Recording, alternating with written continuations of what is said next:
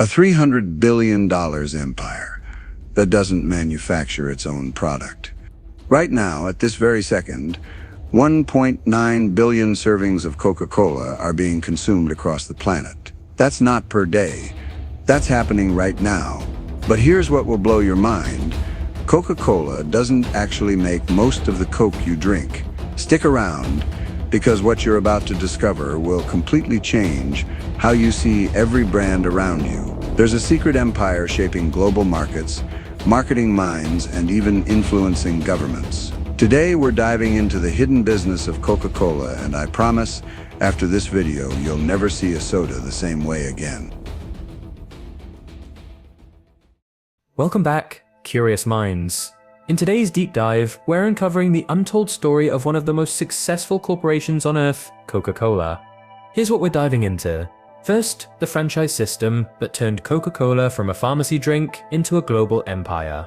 Second, the psychological warfare they wage in your brain every single day and how they make you choose their product without you even realizing it. Third, their distribution network that reaches places even governments can't touch. And finally, the real reason why Coca-Cola's biggest competitors can never quite catch up, no matter how much money they spend. This isn't just about soda, this is about understanding how true market control works. How one company convinced billions of people across every culture, every language, every economy to want the exact same thing. Whether you're an entrepreneur, a student, or just someone who wants to understand the game being played around you, this is going to be eye-opening. Let's get into it. Chapter 1. The Franchise Revolution. Let's go back to 1899. Coca-Cola was just a 13-year-old company selling syrup to pharmacies. Then two lawyers from Chattanooga, Tennessee walked in with a wild idea: what if we bottle your drink and sell it everywhere? John Pemberton's successors were skeptical. But here's where genius struck. They didn't sell them bottles. They sold them the rights to bottle and distribute Coca-Cola in specific territories. This was the birth of the franchise system that would change capitalism forever. Here's the beautiful part: Coca-Cola kept the one thing nobody could replicate, the formula. They would manufacture the concentrated syrup, the secret recipe, and ship it to franchisees. The franchisees would add carbonated water, bottle it, distribute it, and take on all the risk. All the factories, all the trucks, all the employees, all the infrastructure that was someone else's problem. Think about this: Coca-Cola gets paid up front for the syrup. The bottler has to invest millions in factories, equipment, and distribution. If that bottler fails, Coca-Cola just finds another one. But if that bottler succeeds, Coca-Cola makes money on every single bottle sold without lifting a finger. By 1920, there were over 1,000 Coca-Cola bottlers across America. The company had scaled nationwide without building a single factory. This is the first massive lesson: they didn't scale by doing more. They scaled by letting others do the work. While their competitors were building infrastructure, Coca-Cola was building an army of entrepreneurs who had everything to lose and everything to gain. Chapter 2. The Syrup Secret and Control. Now, you might be thinking, if Coca-Cola just sells syrup, how do they maintain control? Can't someone just reverse engineer it? Here's where the strategy gets diabolical. First, the formula. Famously, only 2 people alive know the complete recipe at any time. It's locked in a vault in Atlanta. Sounds like marketing hype, right? Well, partially. But here's what's real. The formula is deliberately complex. Some ingredients are sourced from specific suppliers globally. The blend of natural extracts and flavors is so precise that even with modern technology, nobody's been able to perfectly replicate it. But the formula isn't even the most important part. The real control comes from the contract structure. When you become a Coca-Cola bottler, you sign agreements that are brilliant in their restriction. You can only bottle Coca-Cola products. You must buy syrup exclusively from them. You must maintain their quality standards. You must distribute in your territory exactly as they specify. You must advertise and promote using their guidelines. In return, you get access to the most recognized brand on planet Earth. You get their marketing support. You get their research and development. You get their global reputation. Control the irreplaceable asset and let others compete to serve you. Coca-Cola turned bottlers into partners who were completely dependent on them, yet still motivated to grow because their success meant Coca-Cola's success. It's a symbiotic relationship where Coca-Cola always has the upper hand. Chapter 3. Distribution Dominance. Here's a mind-blowing fact. There are remote villages in Africa, small islands in the Pacific, mountain towns in the Himalayas where you can't get clean water easily, but you can get a Coca-Cola. How? The distribution system Coca-Cola built isn't just impressive, it's unprecedented. In some countries, Coca-Cola's distribution network is better than the postal service. They reach 28 million retail outlets worldwide. Think about that number. 28 million points of sale. That's more than the number of restaurants in the entire world. Here's how they did it. The franchise system meant local bottlers understood their territories intimately. They knew the culture, the language, the geography, the challenges. Coca-Cola didn't need to figure out how to get products to a village in rural India. The local bottler already knew every shopkeeper, every route, every festival where demand would spike.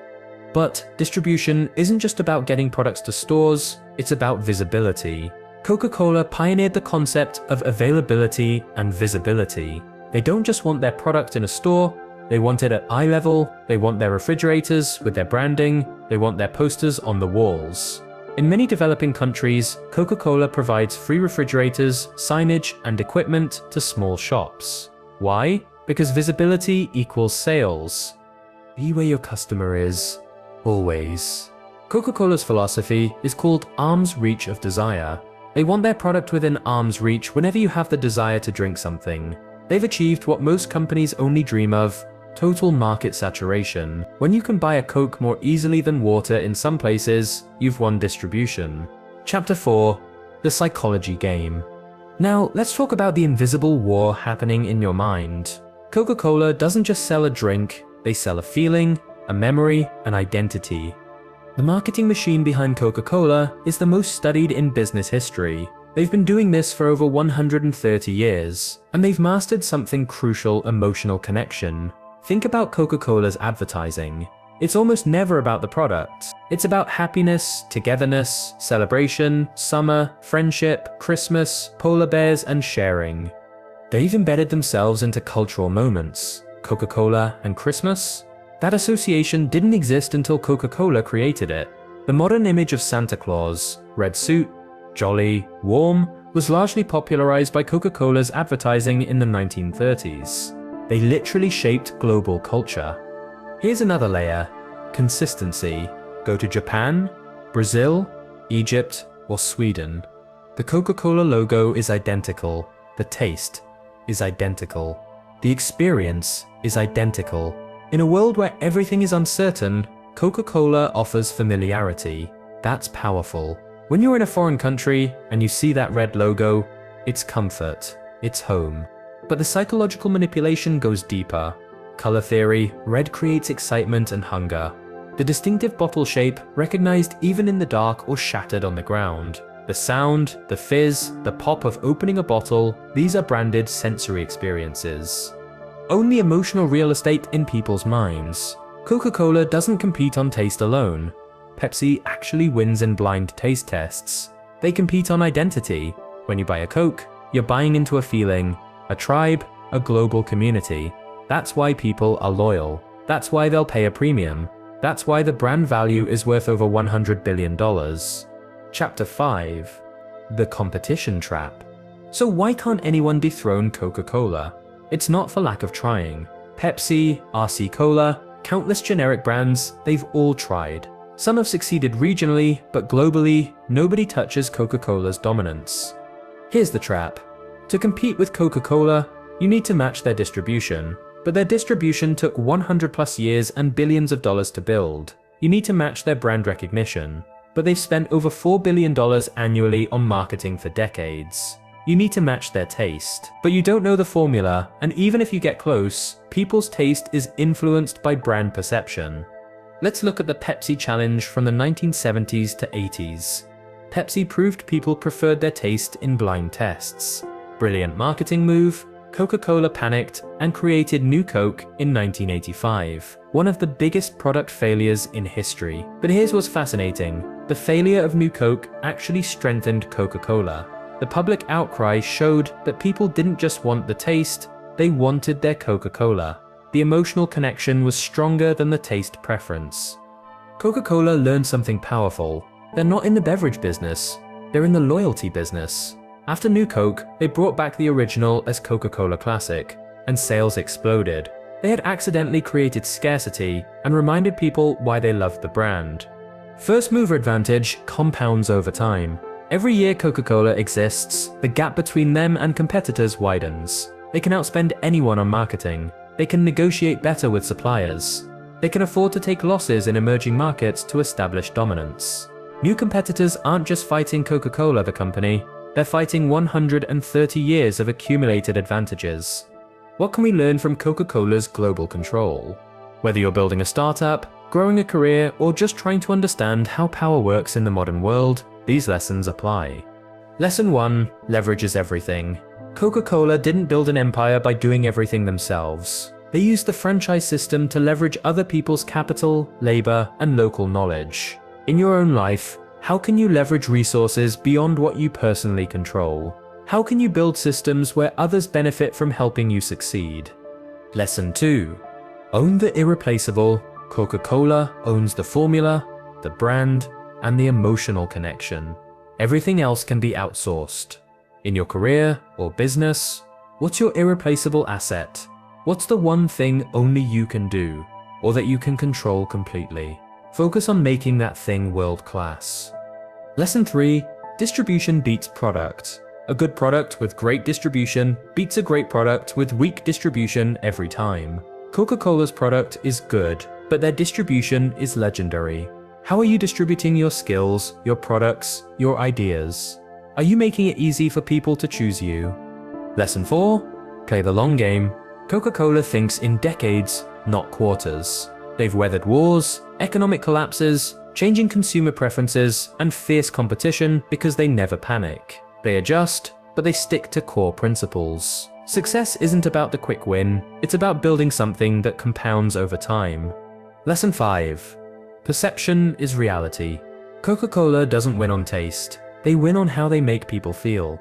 In your own life, remember that facts matter, but emotions often matter more. How do people feel when they interact with you or your work? That's your real brand. The genius of Coca-Cola isn't the secret formula, it's the system they built around it.